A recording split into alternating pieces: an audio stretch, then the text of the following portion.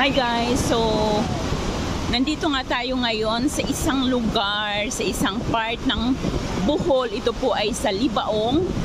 Ito po ay sa Libaong White Beach Resort. Dito pa rin po ito sa part ng Panglao, Bohol. So ito po, ang ganda po ng dagat, kaya lang po medyo ayan, medyo malakas lang yung alon.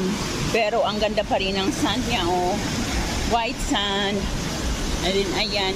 And then, kapag idiniretso po niyo itong way na to na ating nilalakaran, ito po is, ang diretso po nito is, papunta po ito ng South Palm Resort. So, dito po, ito po is public siya. So, kung gusto nyong mag-beach lang, so pwede kayong pumunta dito, beach lang. Pero, may mga restaurant naman na pwede nyong kainan. Like, may mga restaurant dyan sa gilid. Ayan, oh. May mga restaurant, kaya lang medyo pricey yung mga restaurant nila dito. Medyo may pagkamahal. Ayan, may mga restaurant dyan. And then, yan yung mga restaurant dyan. So, maganda rin tong place na to. Ayan.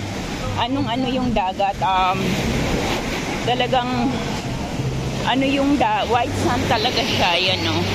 White sand talaga siya, yan. So,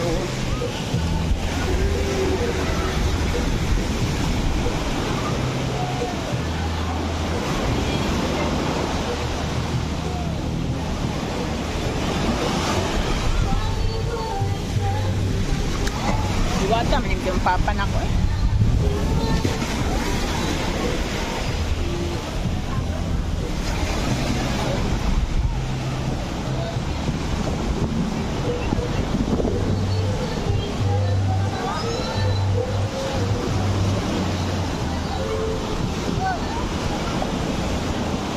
So ito po ay nasa pagitan ng Marcela at ng